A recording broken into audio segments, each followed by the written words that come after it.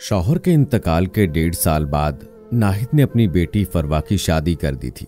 मगर जब फरवा बहुत अरसे तक औलाद को जन्म ना दे सकी तो फरवा के ससुराल वालों ने फरवा पर बांझ होने के इल्जाम लगाना शुरू कर दिए।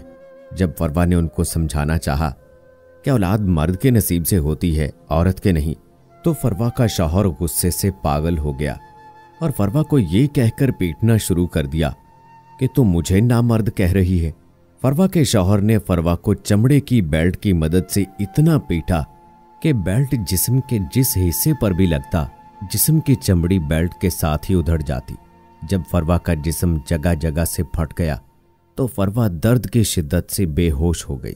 जब फरवा काफी देर तक भी होश में ना आई तो फरवा के ससुराल वालों ने उसकी मौत के डर से उसे अस्पताल पहुंचाया।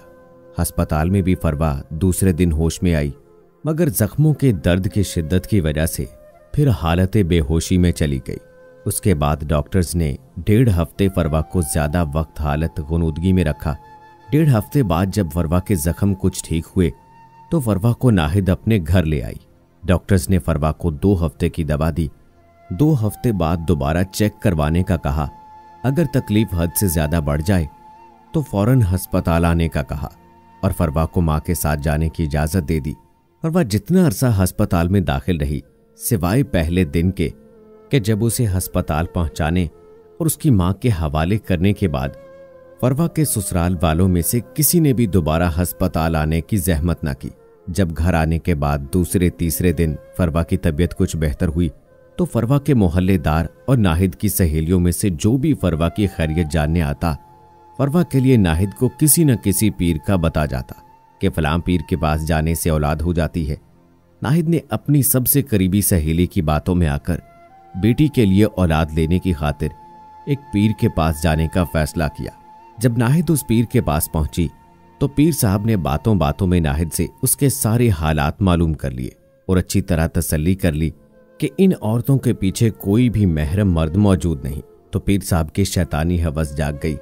पीर साहब ने नाहिद को बताया कि तुम्हारी बेटी पर जादू है, इसको यहां 2 दिन और 2 रातें अकेला चिल्ला काटना पड़ेगा तो फिर इसकी बंदिश टूटेगी।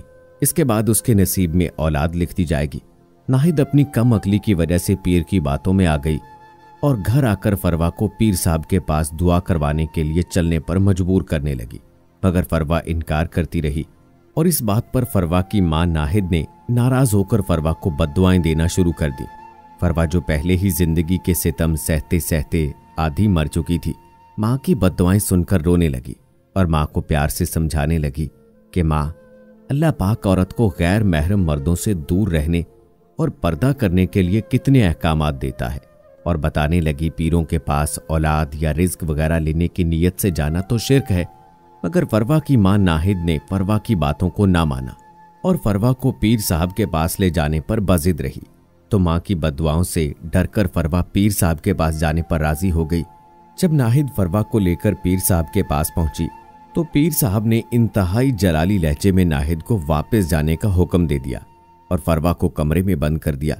फरवा रोते हुए अपनी मां नाहिद से इल्तिजाएं करती रही कि मुझे यहां अकेले छोड़कर ना जाना, मगर नाहिद ने अपनी कम अकली की वजह से पीर साहब की बात मानते हुए फरवा को वहीं छोड़ा और खुद वापस अपने घर आ गई। वहां जाली पीर साहब यतीम और बेसहारा फरवा को 2 दिन तक रस्सियों की मदद से बांधकर मुरीद नुमा निशइयों के साथ मिलकर ज्यादती का निशाना बनाता रहा। फरवा इन पीर साहब को वास्ते और बद्दुआएं देती रही, मगर पीर साहब पर शैतान सवार था, वो बाज न आए। 2 दिन तक कई बार फरवा का जिनसी इस्तेहसाल करने के बाद फरवा की मां के पहुंचने से कबल जिस कमरे में फरवा कैद थी उस कमरे को आग लगा दी। जब नाहिद वहां पहुंची तो उसकी बेटी फरवा जाली पीर साहब और उनके मुरीदों की 2 दिन तक वहशत सहने के बाद जलकर कोयला हो चुकी थी। पीर साहब ने नाहिद को बताया कि उसकी बेटी पर इतना शदीद जादू था कि काट के दौरान ही फरवा के हुजरे में आग लग गई। फरवा समेत सब कुछ जलकर भस्म हो गया।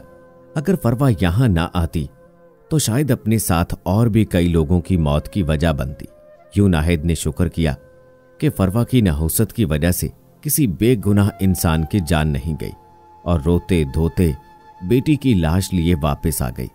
बहुत दिनों बाद नाहिद को पता चला कि जाली पीर साहब को पुलिस ने पकड़ लिया है।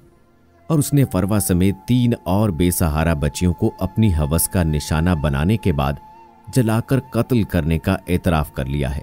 ये खबर सुनने के बाद नाहिद के सामने फरवा की मिन्नतें और बातें घूमने लगी।